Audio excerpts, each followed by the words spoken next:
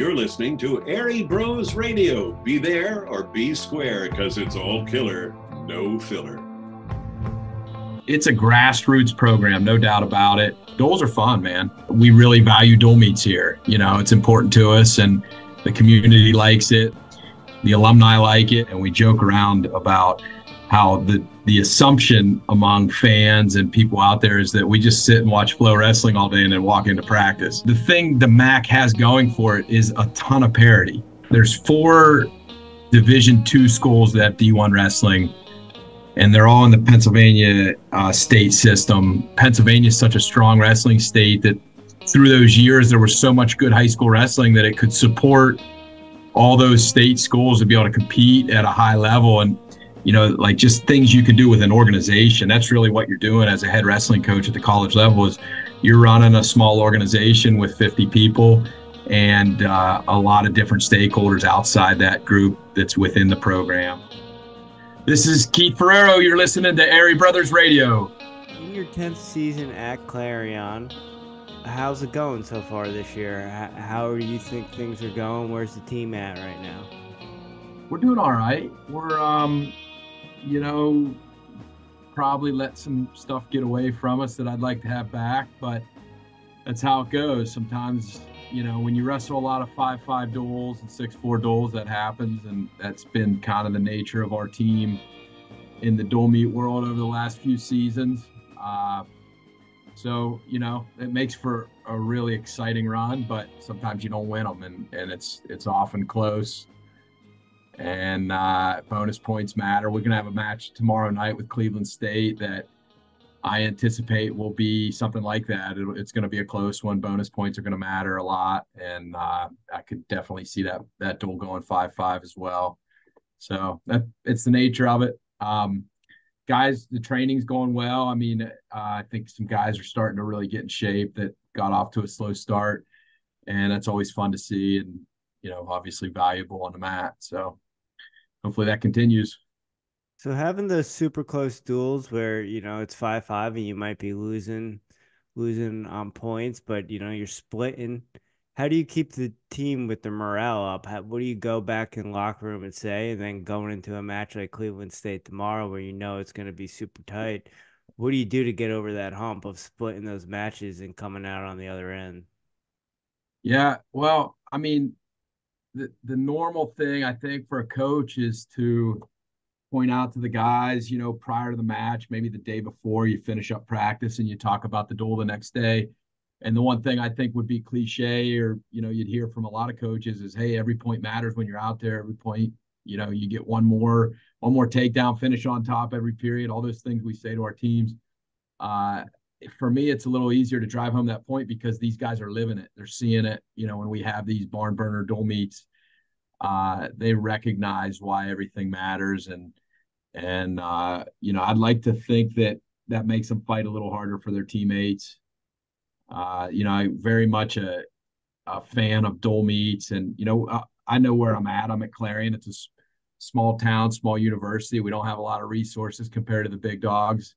And, we really value dual meets here. You know, it's important to us, and the community likes it. The alumni like it, and you know, it's been important to us to be competitive, to try to be competitive within our conference, to be one of the better teams in duels as well. So it's something we push, and we put a lot of weight on with the guys on our team, and I think, you know, they buy in for the most part. They enjoy it. Duels are fun, man. Yeah, duels are great. Fans love the duels, and being in a hotbed of wrestling as Pennsylvania is, I'm sure you guys get good crowds, and the town really gets behind you. Curious, you're in a unique situation at Clarion where, if I'm not mistaken, but wrestling is the only Division I program in the athletic department. How does that all work? And it seems like there are a couple of Pennsylvania schools where that is the case. And I don't know if there's outside of Pennsylvania that exists in the Division I landscape with other schools. Yeah, there's 5. There's 4 Division II schools that have D1 wrestling, and they're all in the Pennsylvania state system.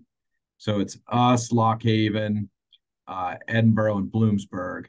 And then there's a fifth one, Franklin and Marshall's a Division III college with Division I wrestling. And a lot of people ask how that happened. And the truth is just, I think, the summary of it is that Pennsylvania is such a strong wrestling state that through those years, there was so much good high school wrestling that it could support all those state schools to be able to compete at a high level. And we're the 4 remaining schools that decided to continue to sponsor wrestling at the Division I level. And, I think a large part of that is just a healthy alumni base that continues to fight for the programs and make sure that they watch over our long-term health. And, at least I know that's the case for us at Clarion. And, it's from my perspective, it's like number one on my priority list is to make sure that that's sustained. And then also, it's a point of pride. It's something special. Like I said, it's a small town. I mean, I don't know if you guys have ever been through town, but it's very much a small town. It gives people something that's pretty awesome, particularly when we have a good competitive team, for the casual, part-time wrestling fan. The other night we wrestled Michigan State. It was actually a really fun duel. It was exciting. There were a lot of good matches. And, just for people to come to, in a small town like this, to come to the gym and watch Clarion take on Michigan State, that's a big deal to a lot of people, a Big Ten school coming to town. So it's something we really value. And, to me, it's my number one priority is to make sure that we are healthy at the Division I level. I feel like that's a responsibility that whoever's in my role forever, it's going to be important. Yeah, and you guys have had a rich tradition. Going back, I think Sheldon Thomas is probably the only national champion from Delaware. Someone that we know on a personal level of Brian Stout wrestled for Clarion, and then obviously you had the Angles as well. How does that history come into play when recruiting for you? Yeah, what's funny about it is it's super important from like a program image, fan base, alumni, obviously. It's funny how short-lived things are to recruits. A lot of times our alumni will be like, yeah, they know about Wade Chalice. He wrestled, and if you say Wade Chalice to a recruit right now, they're like, who's that? Is that the guy that has the crazy stuff on Facebook? That's what they would say. And Wade was, Wade, you guys know Wade Chalice was the best there was ever. I mean, he was as good as he gets. He pinned everybody, but kids, it's funny how small their reference to the sport is. And kind of unfortunate because some of those guys are like really special. But, the thing it does do is when they look at our, we just got our gym renovated. It's really nice, by the way. If you guys ever come through town, I'd love to give you a tour. But our wrestling room is really, really nice. And on the end of our room, we got a new wall of fame that we just got done with like vinyl. It's a little more modern looking and it's nice. And when recruits come and see how many, we have 49 All-Americans, that's a lot, even compared to like schools that are, maybe a little more recently have been successful, but, bigger names. There's not a lot with 49 All-Americans. That's a lot. And when recruits come and see that, it does say to them, like, the path is paved. You can do it here. Things haven't changed so much that you can't come here and have a lot of success. I mean, Brian Stout was a 4-time All-American at Clarion, and had everything he needed to be successful here. And it may not be for everyone, but there are certain guys who this is the right fit for them. We have some freshmen here this year who, quite frankly, would have got swallowed up by a big campus in a big city. And this is a great place for them to start becoming a man, So you mentioned that Hall of Fame, and we are Jersey guys. We're from the Shore Conference. I must ask, I know he wasn't an All-American, but did Frank Yeager, he get an honorable mention? Is he on there in some sort? Yeah, he's in the Hall of Fame here. All right. For sure. All right. Yeah. And I actually was at his induction. He came back and his buddies. So like we have a lot of mutual friends. Aside from the fact that I wrestle or that I coach here now, we had a lot of mutual friends. Like my buddies from high school who wrestled here, lived with him and hung out with him. So we got a lot of mutual friends. So I've known Frankie for a long time, and he has not made it back to town a lot. So it was cool when he came back for his induction. A bunch of his buddies came back to see him. It was a fun night. That was maybe 2 or 3 years ago. That is good to know, because he's definitely a pitch for college wrestlers, right? Who might not reach their full potential in college, but then you see the career he had afterwards. So that is a pitch when you're recruiting, I would think. And also, you mentioned being a smaller school in Pennsylvania, and some of the guys on your team might get eaten up at a bigger school. Where do you see your niche as far as in Pennsylvania college wrestling? Do you see it as, hey, maybe you might not be the best student, but you come here and we'll give you that Division I experience, and like the guys who've come before you, you'll have a chance to excel? Yeah, there's a few things. I mean, we're traditionally a teacher college, so the irony, and maybe one of the areas that like you could be critical of what how we're doing, is we haven't graduated many teachers in the last decade. They just and I think we're all going to see that with this giant teacher shortage that the whole country is going to see soon. And a lot of that's the product of people that had traditionally come to schools like Clarion to get a teaching degree, and they want to go be a high school coach somewhere. We don't have that steady flow that we had for years and years, that honestly Clarion's foundation was built on. But so I could see that becoming a kind of a thing again, as maybe teachers start to get paid a little better around the country, and maybe it's harder to hire them, so the value of their work goes up, maybe. I hope. But we have a really good business school. We have a 5-year MBA program, which has been kind of recently the thing that has been most popular among the guys on our team. And you mentioned it.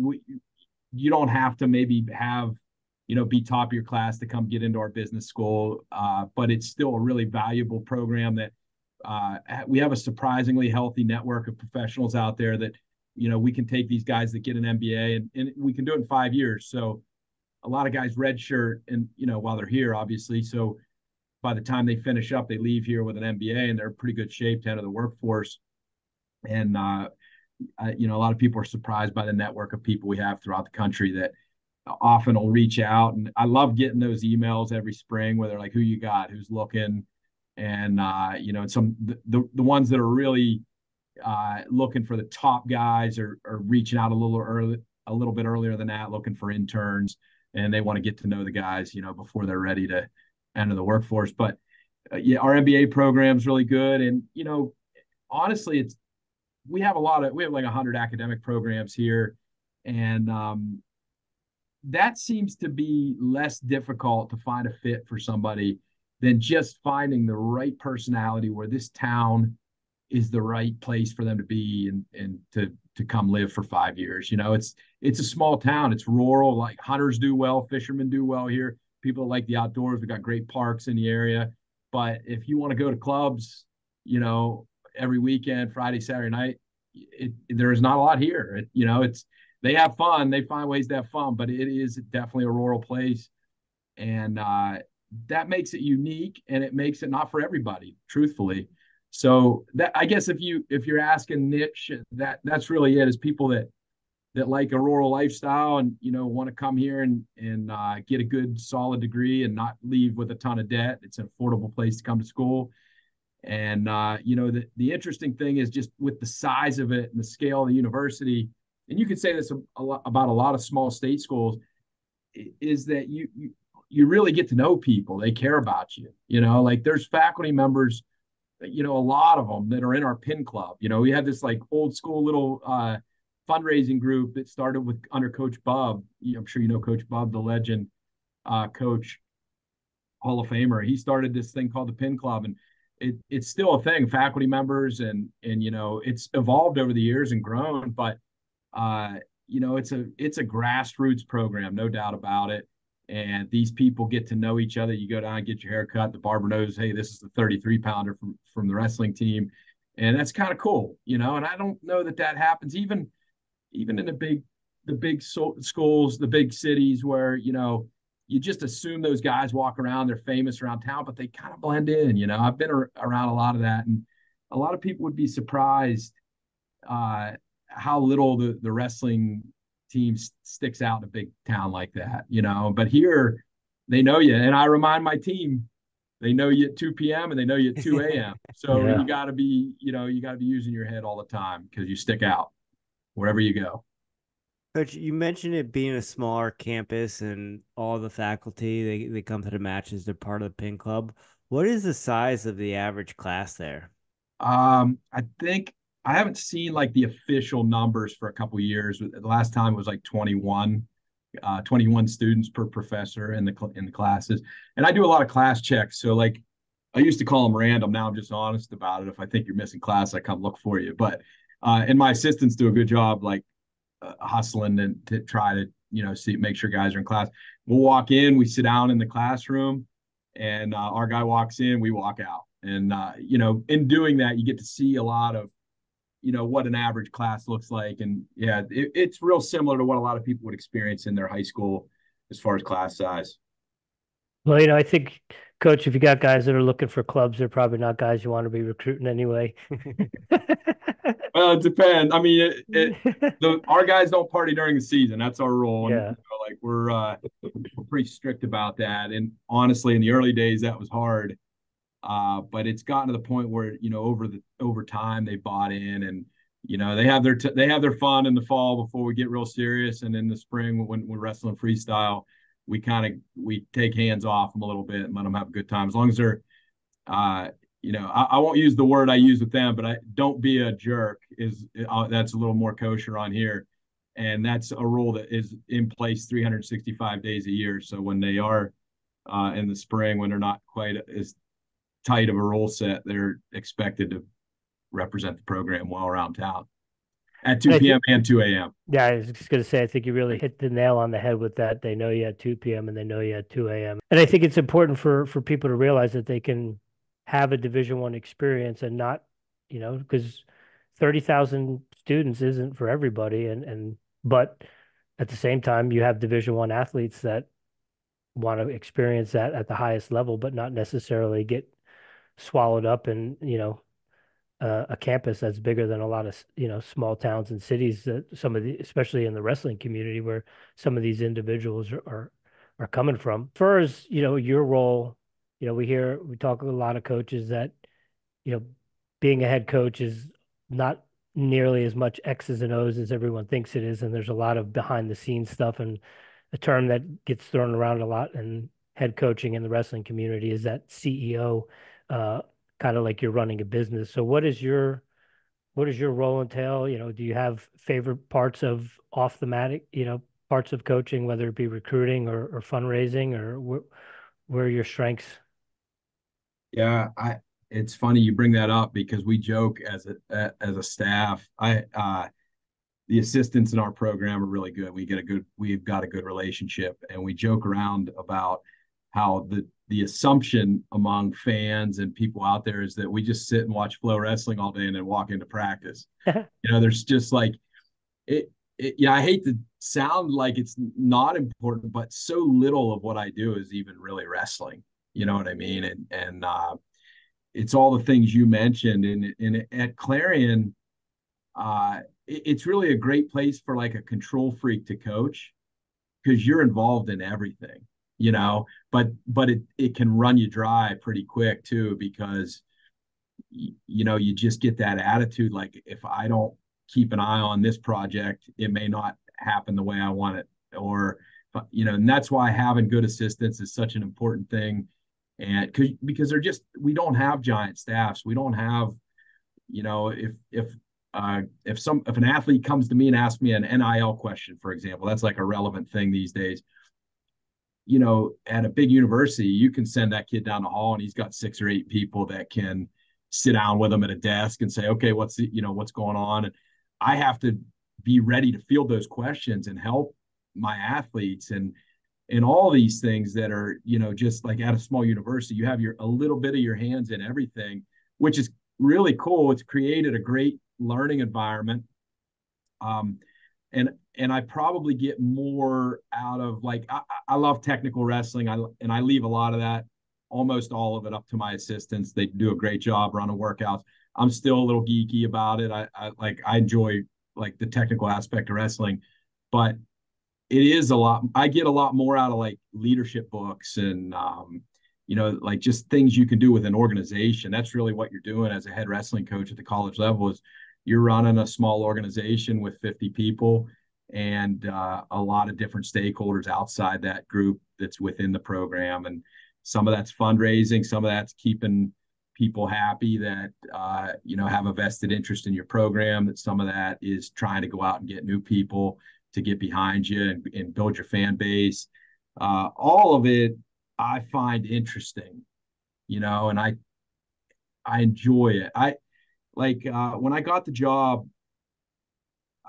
we were pretty rough. And truthfully, the reason is, there were a lot of great people around the program. So even the kids on the team when I got hired were like great kids. I liked them all, but we were just struggling. We'd had 4 head coaches in 5 years. The turnover was like devastating. Our camps fell apart. And just, as any organization where you go through 4 leaders in 5 years is going to struggle.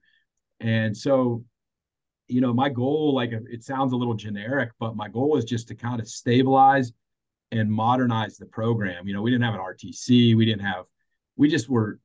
needed to catch up with just getting our organization in order a little bit. So that's kind of what I've been trying to do over the last decade. And I think we've made huge progress, and we can always do better competitively. There's a lot that I'd like to see us do differently, but we definitely we've remained relevant, in the MAC. We're one of the better teams, I feel, this year included. And, we've just kind of built into a little more mature of a program than when I started, which is something I take a lot of pride in. And it's kind of that CEO thing that you mentioned. Of course, I look back and I can think of as many mistakes as successes, but I do enjoy it, but really I feel like I could be running a YMCA and doing a lot of the same things.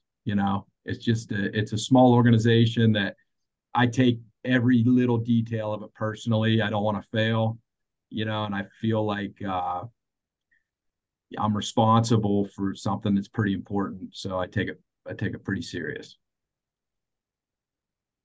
I didn't realize that there was that much turnover before you took over. Yeah, all good guys, and they all had good reasons to move on, but it hurt. It does hurt, No doubt. With being in the hotbed of wrestling in Pennsylvania, do you look outside of state for recruiting, or are those out-of-state guys more finding you? Yeah, no, I mean, like I said, our assistants really hustle. I mean, they work hard, but the truth is the connection rate is much higher in state.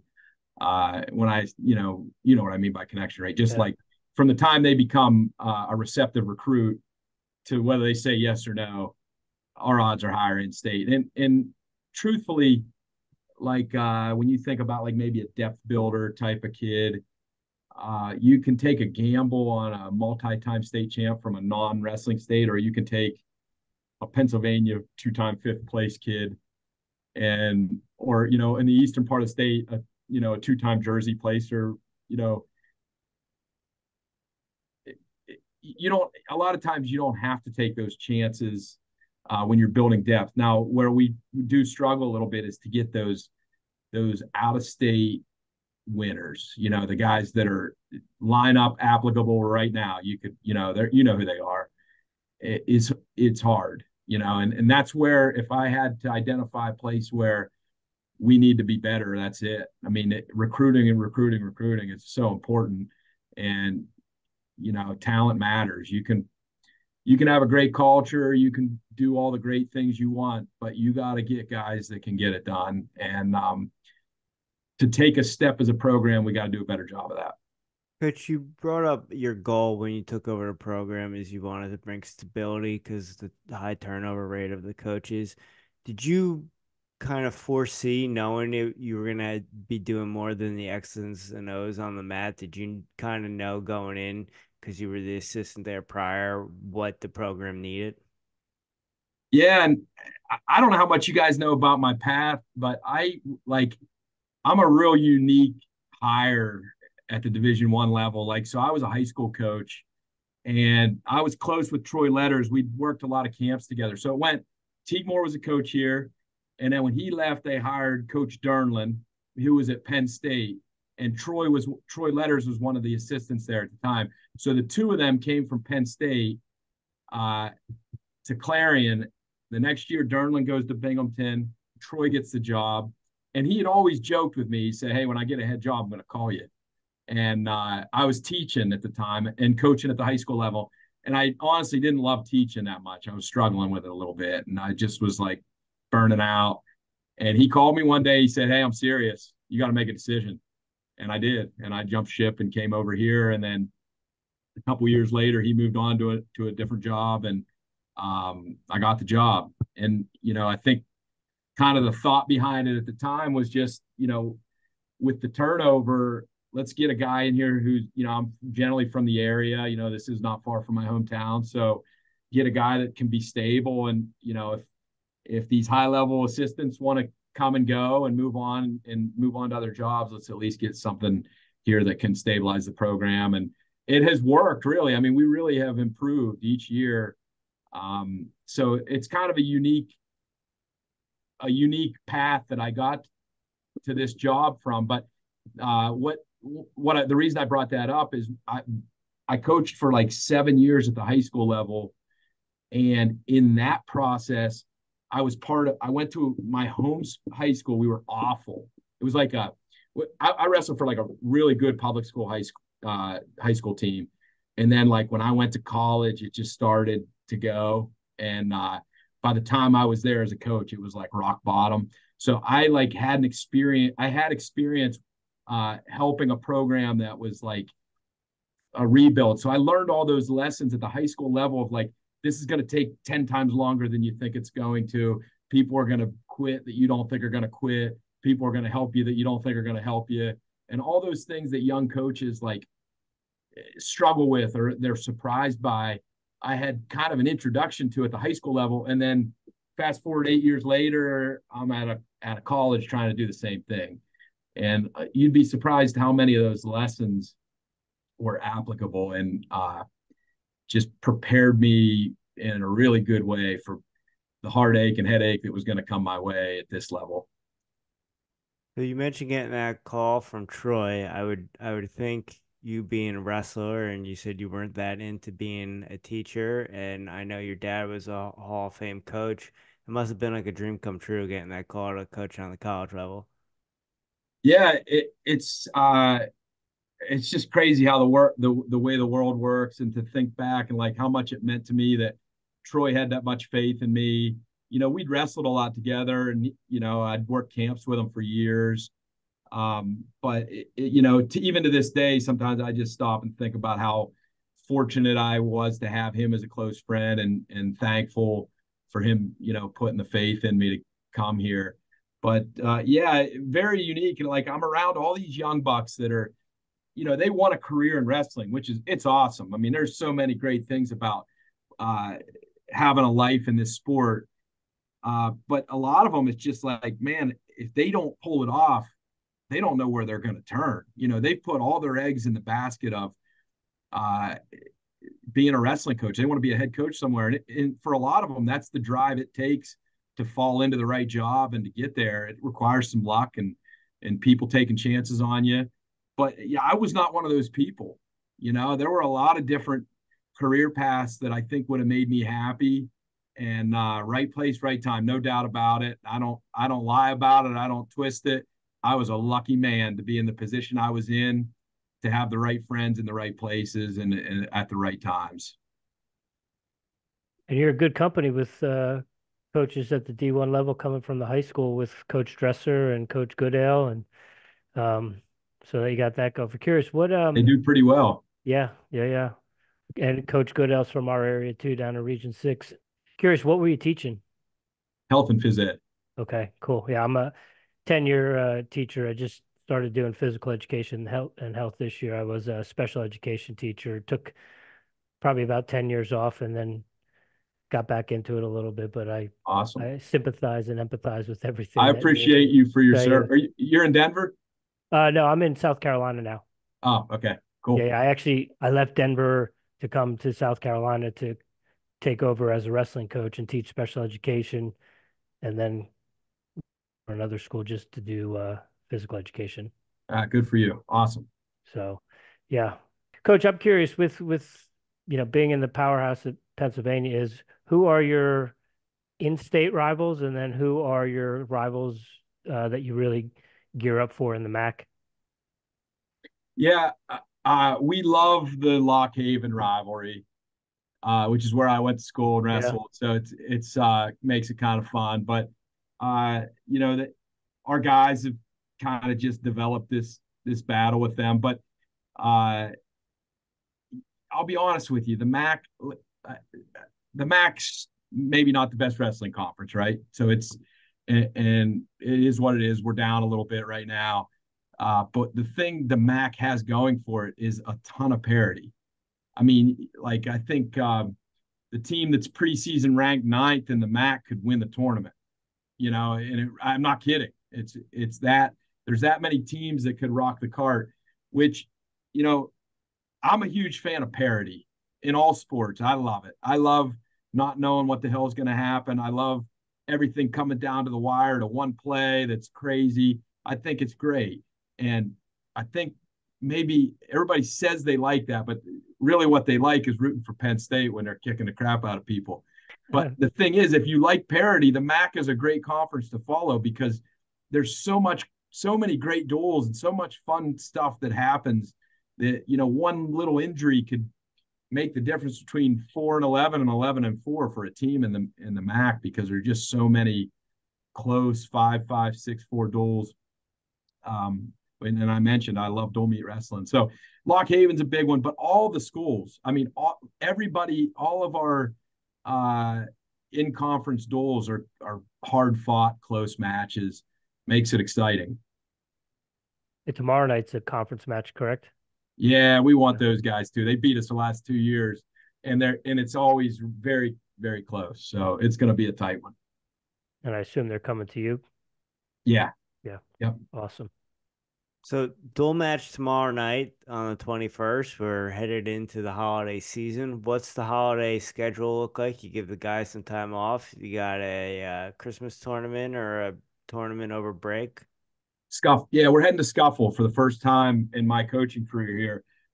I got like a unique Christmas kind of concept.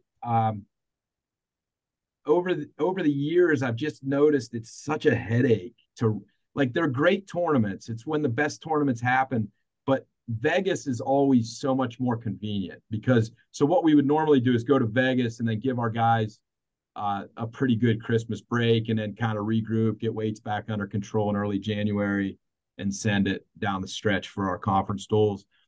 But we mixed it up this year. I wanted to try the Scuffle. I don't love the timing. I'll admit it. It's just a hassle. I mean, like, they're D1 athletes and, you can't baby them. But like, the fact is they're going home to their family that they've been away from for months training, and they got to hustle out of there the day after Christmas so they can come back and get their weight down for a tournament. It just, I don't love that, but it's the right event for us this year. So we're going to go do it and see how it goes. So we cut them loose. I like to cut them loose. I like to have a duel right before the holidays. This year, it ended up being on the 21st, tomorrow night. And then immediately when that duel ends, we send their release. So a lot of their parents are in town. It makes it convenient if they need a ride home or whatever. And then we bring them back right after Christmas and get training again. So it'll be a quick turnaround for the Scuffle. And you mentioned managing the weights. I'm curious what is there a nutrition protocol? You helping the guys with their nutrition? What's that look like? They do pretty good, I think honestly at this point, if you're not good at managing your weight like a man, you've probably struggled with it up to like most of the guys have it kind of figured out by now. And we do have some resources we can line guys up with, like nutritionists. But the truth is, usually the guys who struggle, it's not like a lack of knowledge. It's decision-making issues, it's just like anybody else. It's overweight or whatever. It's just harder as a Division I athlete. You got to be lean, and that requires a commitment level that people on the street can't even relate to. But it's not something that we don't know how to do. By the time you're a college wrestler, what works and what doesn't, and it's more of a decision-making thing. So the one thing we do is we set weights that, like, we try to descend them at a nice healthy rate in the preseason, which we've had some pretty good success with. And then after Christmas, they'll have a weight to come back to, that way, just to hold them accountable over the holidays, so they're getting workouts in, coming back reasonable. I'm not a huge proponent for big weight cuts. I think we've kind of outgrown that as a sport. I think it's kind of, truth is, you got to be lean. I don't care if you're a gymnast, a tennis player, if you're going to be a Division I athlete, you got to be lean and fit. And that's true for wrestling as it is for all those other sports. But and there's times where, the guys have done this their whole life. It's their dream to be at the national tournament. If they're not beating the guy at 41 and they can make 33, they're going to try it a lot of times. And so sometimes you have to support a guy on a weight cut that maybe isn't ideal for them. And those are some of the tough situations. But, all in all, it's people who make good decisions, live right, live mature, take responsibility for their actions. Usually, a lot of times, we aren't even aware of how difficult their weight cut is, because they're just so mature about how they handle it, Stoic. Coach, I'm curious, we've talked to a bunch of coaches, and some have kind of veered off from your traditional afternoon practice. What's a typical week at Clarion look like? Are you guys getting it done in the morning? You do your standard 3:00 to whenever in the afternoon? Are you doing breakout sessions, one-on-ones and stuff like that? Yeah, this semester is a really cool semester to ask that question, because we got something kind of neat going. Obviously, our staff's always here, and the room's all, it's ours. So if there's always guys going up there with a coach and in and out, that's something that's kind of wide open. But at our full practice that everybody comes to, we go Monday and Friday at 3:30. This is going to sound crazy, but it makes sense if you're a student here. Tuesday and Thursday at 11. We have this common hour. It's like a lunchtime, 2 days a week, where you're not allowed to schedule classes. So people can do meetings and things. Well, we grabbed it for practice, and it works. It's awesome. So because that gives you 2 days a week where you finish up in the early afternoon, and then if you got to take care of stuff in your personal life, you can go, take care of things. The guys really like it. Wednesday's typically an off day, particularly in the preseason before competition starts. So Wednesdays and Sundays are off.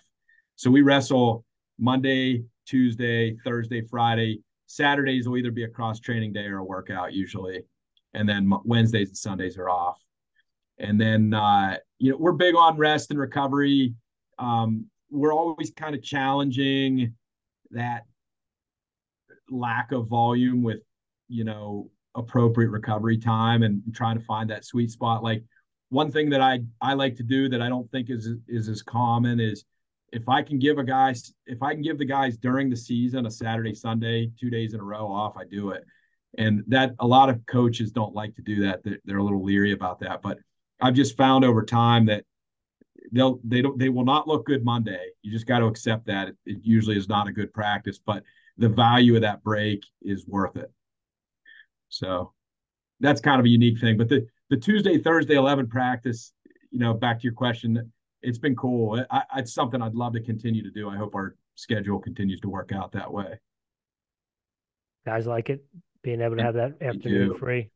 We have one day where it's a little sketchy. I don't love it. Our lifts are in the morning, and on Thursdays they lift at 8, and then we practice at 11. So it's tight. I don't love that recovery, but they've gotten pretty good about it, and our strength coach has gotten, he's aware of when we're wrestling. So he's done a good job of, if he's going to smoke them, he smokes them earlier in the week when we have a 3:30 practice. I'm curious, you brought up the strength coach. I'm curious to what the in-season strength training looks like. Is it more of conditioning type? Or are you doing that on the wrestle mat, or are they just going for the strength coach just for strict strength? Pretty much when they're with him, they're throwing around heavy weights, they're lifting. Most of the conditioning that we do is in the room, or in the preseason we'll do some running. We don't run a lot, and that again is not maybe that normal, but it sounds soft maybe, but a lot of people don't like it, and it's like, dude, what, you could just wrestle. Everybody on our team pretty much likes to wrestle.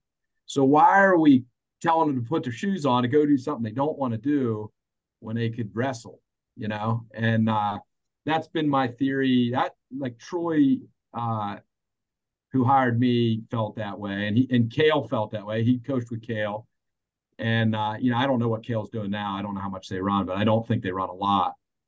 And that's kind of carried over. And I agree. I just, the cross country girls don't wrestle before their meet to get ready. I mean it. I don't know why running is just this default thing, but I know there's a lot of people out there griping when they hear this because they're runners and I know one of you guys, both you guys runners, and my wife's a runner. She ran in college, and she's what a streaker is. You ever heard of? She's a streaker, so she runs every day, and but I give her a hard time. I don't necessarily love to run, but the guys on our team don't. Some of them do, and they run, and I encourage them to. If you like it, go do it. But we try to do some other things. I'm big on circuit training. I think it's really good. We got slam balls and kettlebells, wall balls and stuff, and TRX.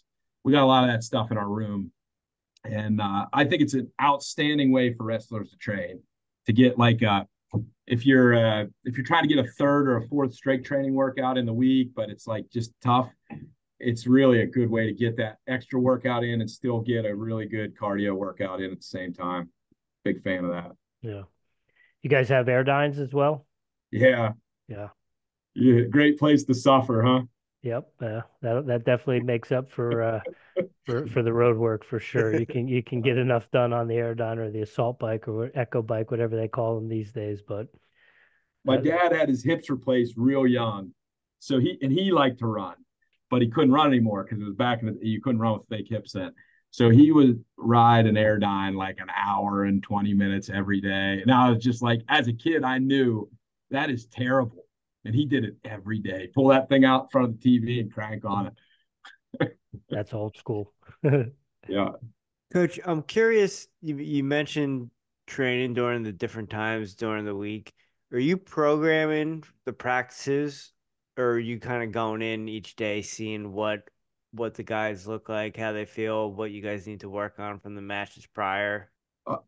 So our head assistant, Brock Zockerl, you know who he is? Yeah.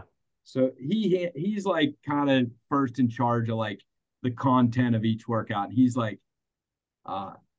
super geeky in a good way. He's very organized, detail oriented, and I mean, if he whips his computer out, he can show you pie graphs of what the opposing team last week scored on us, what we scored on them with, what finishes we broke down on and got stranded and didn't score on, or what finishes they were scoring too easily on us. He's a big data guy. And so the instruction part of our practice is based entirely on that type of data. And then basically, we do a variety of different things with live wrestling. I'm personally big on whatever you're working on technically. I like for our early in the week live goes to be situations of those things that we're working on. I'm big on situation live goes, and our assistants fortunately are they agree with me on that. So it works out really well. But we put a lot of thought and effort, and our assistants have conversations every morning. We're in here talking about the practice schedule for the day, and he types it up on a note, Apple Notes or whatever, screen captures it, sends it to our staff thread every day. every one of us has the whole workout in writing, before we go in there, and everybody's kind of weighed in on what they think is important at that workout for the day. And we got a good system. We put a lot of effort in. The one thing that you can say, like, there's challenges at these small schools, but like, it ain't a lack of trying. We put a lot of effort, 100% all the time, into trying to be as good as we can, and we care a lot about it. And so I learned to only hire people who are committed like that, because you can't afford to not be. You got to have everybody firing on all cylinders. And so, Brock does an outstanding job, and we put a lot of thought into practice. But basically, tomorrow we'll wrestle a duel, and we will have a comprehensive list of the things that we felt cost us and were negatives, and maybe areas where guys are growing and getting better. We'll hit on those too and say, hey, this is paying off. Let's keep working on this. But here, if you're getting stuck in crackdown, and you can count on that first practice back after the holiday, we're going to probably spend some time in crackdown. I'm curious, and I don't want you to give away too many of your secrets, so feel free to not answer this if you don't want to, but what are you guys coming back with after all the matches that you're crushing it on this year, and what are things that you guys are not doing well? Is it particular, from match to match, or is there certain things? I'll hit on a couple things. So, like, our philosophy as a staff, we think that we think riding is very important. That's our only complaint about the 3-point takedown, is just that it de-incentivized mat wrestling a little bit, top wrestling. But, like, what we're finding is the guys who are having gritty wins that are critical for us in dual meets are mat returning and riding well and finishing periods on top. So that's an area that we have emphasized. We're always emphasizing it, but the guys who are buying in are winning key matches for us, so that's something that we work on, pretty much every day, some aspect of mat returning and getting ride outs on top. Trying to think. So we've been getting stranded in crackdowns a little bit, and a couple scramble positions that we're getting out wrestled in, far ankle scramble positions, just guys making some mistakes. Baseline shot defense, I'm a little old school more than the rest of our staff, so, like, I get really frustrated when people are blowing us off our feet, we're not getting our hips on them, and the lazy thing that guys do when they get tired is they try to scramble out every position instead of just sprawling and getting their hips on people and doing things the old-fashioned way. It works pretty well sometimes. So, the same problems every coach, is dealing with, and from junior high coaches to college coach. I mean, college guys probably make less mistakes and the margin for error is smaller, but we're all doing the same thing. It's the same sport. Coach, how's the new rules going for you guys? I know you mentioned that you've seen a little bit of top wrestling going away with the addition of the 3-point takedown. Are you all still yelling 2 every takedown, or have you adjusted? How's that working out? Yeah, I still say 2 a lot. I'll be honest. I feel like this rules committee kind of hijacked the sport a little bit. I like the guys that are on it, but I just feel like it was too much. That said, I was extremely critical of a couple things that have just not really been that big of a deal. And the 3-point takedown, I just feel like usually the right guy's winning. I just think it hasn't really impacted much. The one thing I have noticed that I don't think everyone has totally caught on to yet is there are way more majors and techs that are happening between guys that are not vastly separated in wrestling. We'll have guys that are getting techs and they walk off the mat and I'm just like, I can't believe he pulled that off. They turn it up in the third period and get 3 takedowns, and it's just a different match than it used to be. And the same is true about, like, some of our better guys have gotten majored a couple times this year, and I'm like, how's he getting majored? It just doesn't make sense. But it does. I think it'll take time for people to adjust to that. And again, if you have tight dual meets, it makes it exciting because if you have a 5-5 dual and these bonus points are actually happening, you have this back and forth of bonus in a dual meet that's great. I think it's exciting. So in that sense, I was wrong. I was a little more critical of that than I probably should have been. Um, all in all, I don't know. I think the best moment in wrestling was right when they switched to any point in. Remember, like the rules hadn't changed much. The only thing they really changed for years and years was like any point in, we keep wrestling. I thought that was like the sweet spot when that, and then it just kind of got the rule changes got pretty liberal after that. And there's been a lot. But at the end of the day, it's an awesome sport. You can do what you want with the rules and it's still going to be great. I love it. If you were on a rule committee, is there one particular thing that you would take out or add in?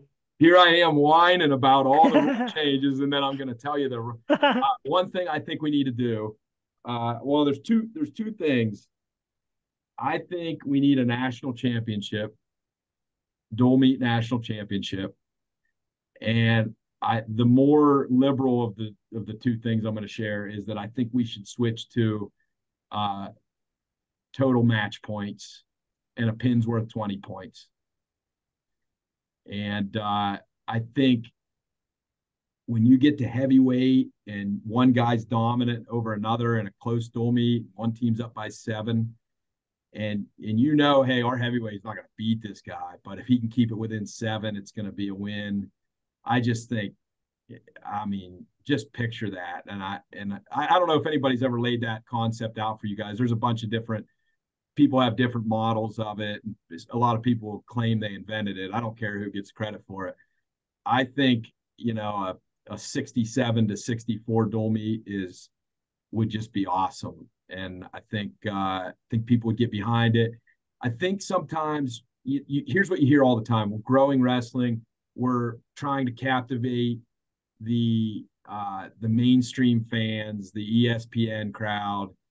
And I think what happens sometimes is we forget that there's 20,000 of us in the arena that love it the way it is. Like it's a great sport that quite frankly is surviving pretty well right now on what we like, and we don't have to sell out constantly to try to appease somebody that's just not really that into it right now anyway. So I think we do a little too much of that, but I do think that style of scoring would be really palatable to people that, that just kind of come watch a duel here and there. I think that it could be done. People will tell you it can't, and I'm calling them all liars.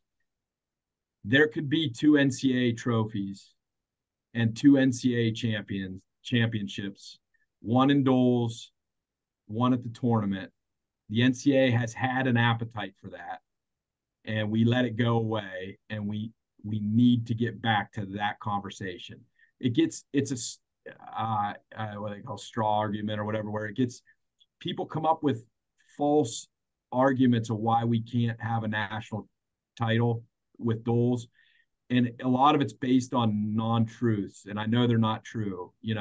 They say, well, you'll ruin the individual event because that's where the national championship needs to be. You don't have to do that. You can still have a national title, team title. Every conference does it. I don't know if a lot of conferences do it. They have a dual meet champion, and then they have a tournament champion. A lot of states do it. In Pennsylvania, it's cool. There's a dual meet champion, and then there's a tournament champion. And, I don't see the problem with that. I think it'd be great. And it gives everyone an opportunity to win a second title, And I won't get into the details of why people get scared off with this concept, but if you see Frank Popolizio pop the cork off a champagne bottle in the center of the mat, your team's going to probably show up next year. That's what I say. I say build it and let them come. I think we need to have a national title. I think it would be absolutely mind-blowing and fun for fans in every way. I agree too, because as we've seen, not that they're not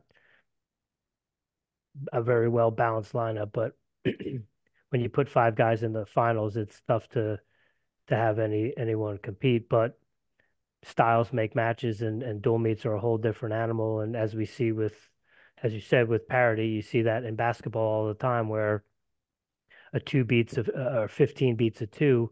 One of the main themes of the basketball tournament every year is that Cinderella story, and that's what I mean. That's why when I tune into the basketball, is to see those kind of things. I'm not a basketball fan. I'm 5'4", but I tune in for those sort of Cinderella stories, and I think you would see the exact same thing in a wrestling dual championship as well.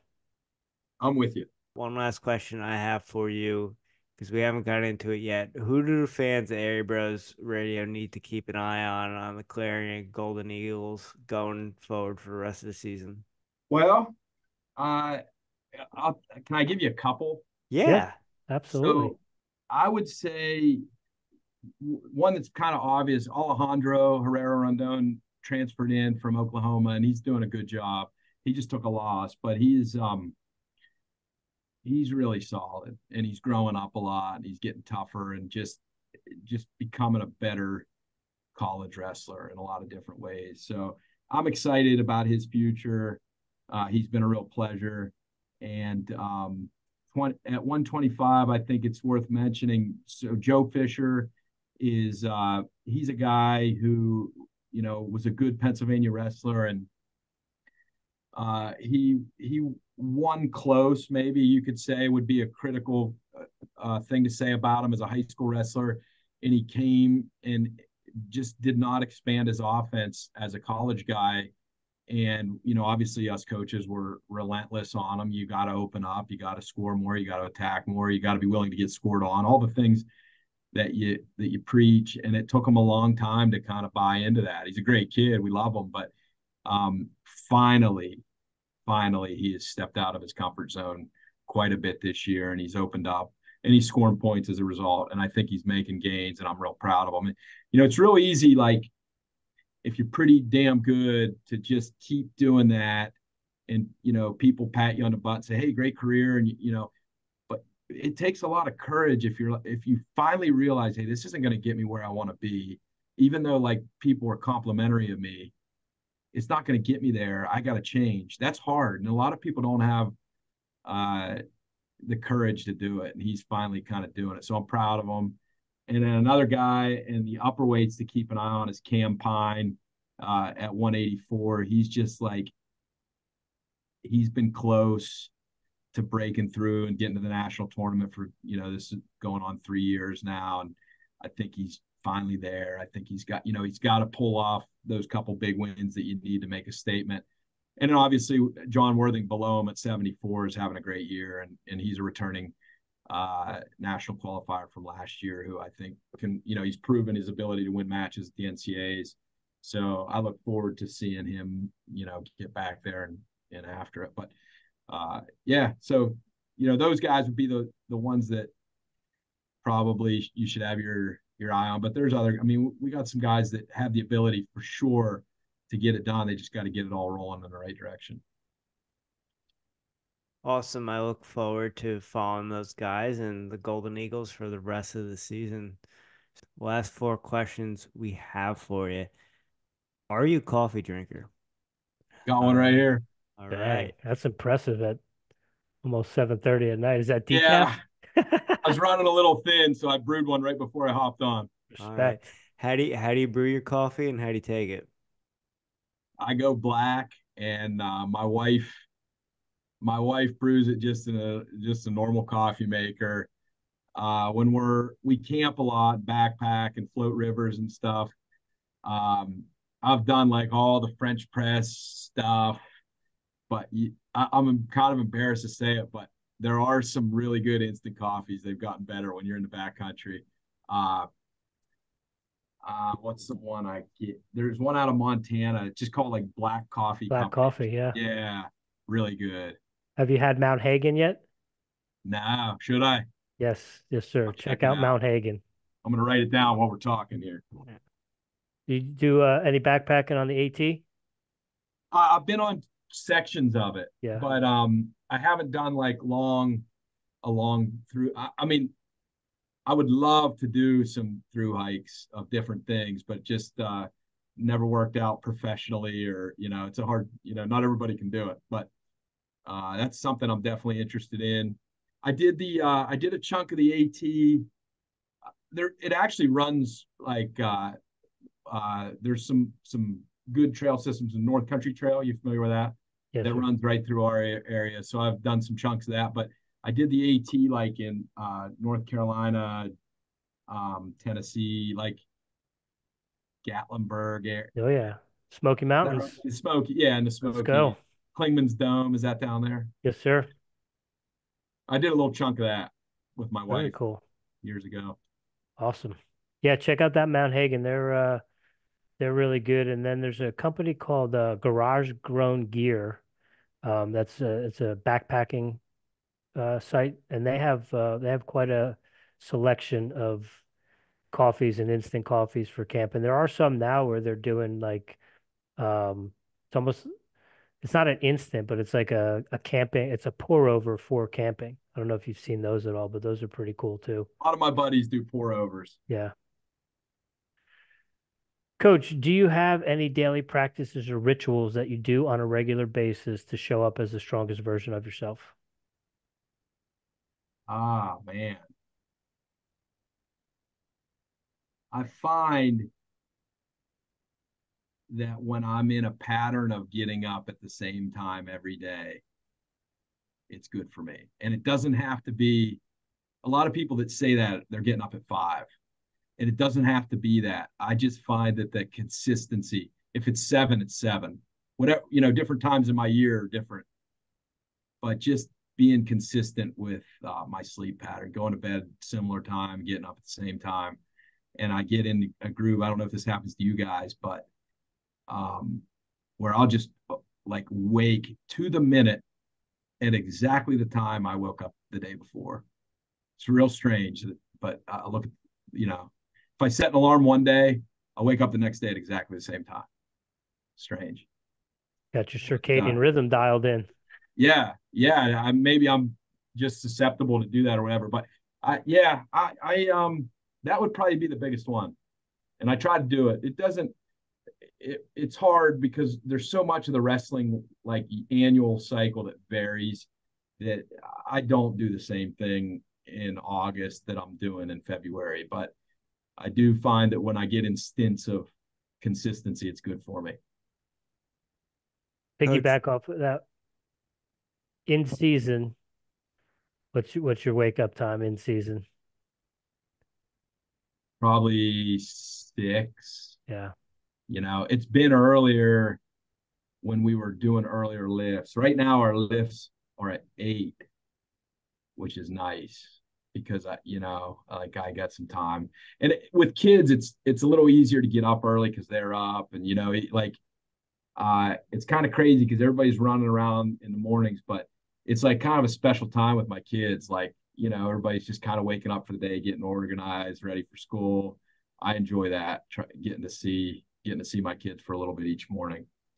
Nice. Coach, what are you listening to right now? Podcasts, music, audiobooks? Are you reading anything? I'm taking some classes, so I'm listening to textbooks via audio, which is terrible. Terrible, but I got to do terrible. it. I do like some podcasts. I mean, everybody likes Rogan, obviously, but when I listen to music, it's usually the Grateful Dead. And when I listen to podcasts, I listen to every FRL. That's kind of like my keep up with wrestling. I'm thankful for those guys. I think they've done a great job over the years. And then some offshoots occasionally, like, now I got you guys to listen to that, I had, it's an interesting way that you go out and get new fans is you just ask them to come on the show. And now I got to get on all your other shows. But I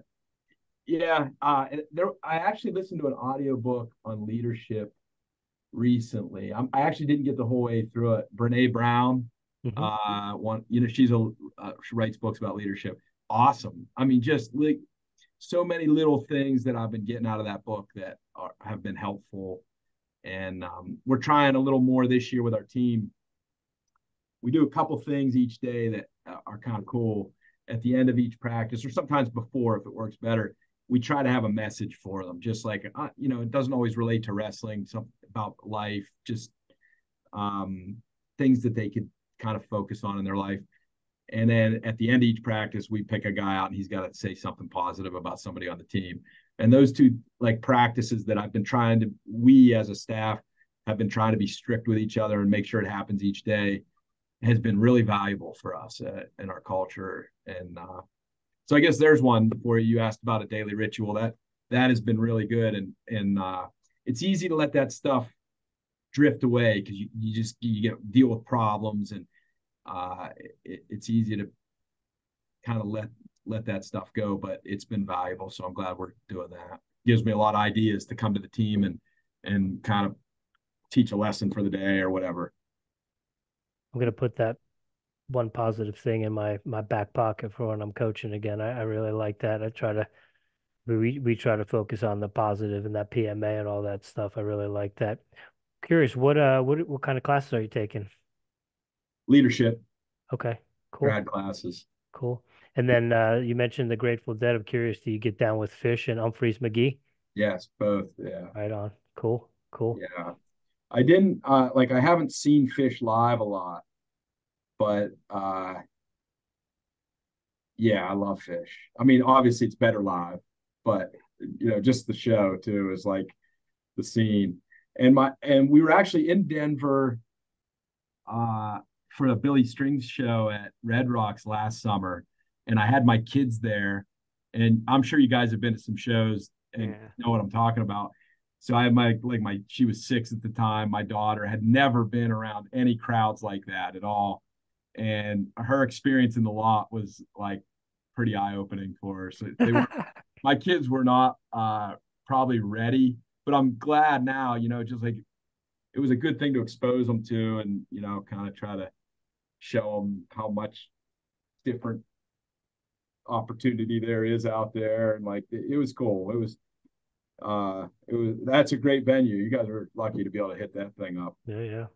You go to a lot of shows at Red Rocks? I went to one. I think few. Rich went to one. Yeah. Yeah. I actually saw I saw Rick Ross there, and I was actually Mac Miller was supposed to play there, but he was going through some of his things and wasn't able to attend that show. It was actually in the dead of winter. It was in January, and so people were in snowsuits and dressed Pretty like wild, huh? just like they're going to go skiing and stuff. It was pretty wild indeed. That's cool. Curious, is Cornell 77 your favorite Dead show? I've heard is it overrated? I honestly I haven't listened to enough bootlegs to really have favorites. Like I have albums that I love. Like I think Working Man's Dead's super, and I'll listen to a bootleg that I'm like, that was just such a crazy show. It was really good. But I know people that have all the tapes and they just pop one in. But I would like to have that amount of time invested into it. I just don't. I wish I could tell you off the top of my head what the name of the site is, but since you said you're going to check out some of our episodes, I recommend you go check out Jeff Evans. He's a mountaineer. He's a huge deadhead, and he mentions a website that has all the bootleg shows on it. So if you're into getting those bootlegs and stuff, it's kind of like I guess Spotify for bootlegs and stuff. And it's not just Grateful Dead; it's all concerts. Think probably Nugs. Is that what he was? Do you remember Nugsnet? I don't think that was it. Jim, do you remember what I'm talking about? I remember him mentioning it, but that was like 3-4 years ago at this point. You guys didn't think we were going to talk about the Dead tonight, did you? No. That's how we do things over here at Airey Bros Radio. We go all over the place. That's why we love it. I'll check it out. No, for sure. Awesome. Coach, last one we got for you, then we'll get you out of here. Do you have a guilty pleasure or guilty pleasures? I do like IPAs. Okay, let's go. Yeah. You have a favorite brewery? Probably Treehouse. Okay. Damn. There's there's this kind of I think the Pittsburgh beer scene is kind of underrated in the New England IPA world. Like it's really, really good. There's some breweries to watch for, like Dancing Gnome, Grist House. They don't their distribution's pretty limited still, but like very good beers. If you're ever in Pittsburgh for on a flight or something, look for just ask people what the best New England IPA breweries are, and they'll get you on the right track. But there's some really good ones. Okay. But that's kind of my thing. Cool. New England IPAs, I like them. Awesome. Well, we had a craft beer podcast for about 2 years with our cousins during COVID. So, not that you want to listen to all of those, but we had about probably about a dozen brewers from different breweries around the country on. So, yeah, you could go down that rabbit hole as well. And if you ever get your way back out to Colorado, I would definitely, if you haven't heard of it, yes. Yeah. WeldWerks. Yeah. I actually have some friends and family in Denver, so I'm out there a fair amount. Oh, and cool. I know that brewery, what is it? WeldWerks.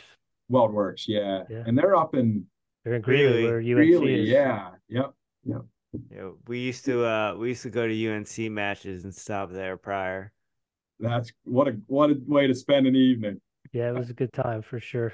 Well, I would love if you guys come through Clarion, I would love to show you around. So, even if you just shoot me a text or something, if it's a last minute concept to swing by, we're right on 80. So if you're ever traveling through and you have a few minutes to burn, I'd love to show you the building and chat for a minute. You guys are always welcome. Well, we are looking to create content going forward, so we will definitely take you up on that, Coach. Great. Awesome. Good talking to you guys. Yeah, it was great talking with you, Coach. And like I said, we love the way the conversation is geared towards wrestling, but we talk about the dead, we talk about craft beer, so that's what we do over here. And we're going to be following you for the rest of the season, and we're rooting for you tomorrow night for sure. Thanks. I appreciate it, fellas. Absolutely. Have a good night. Have a great night.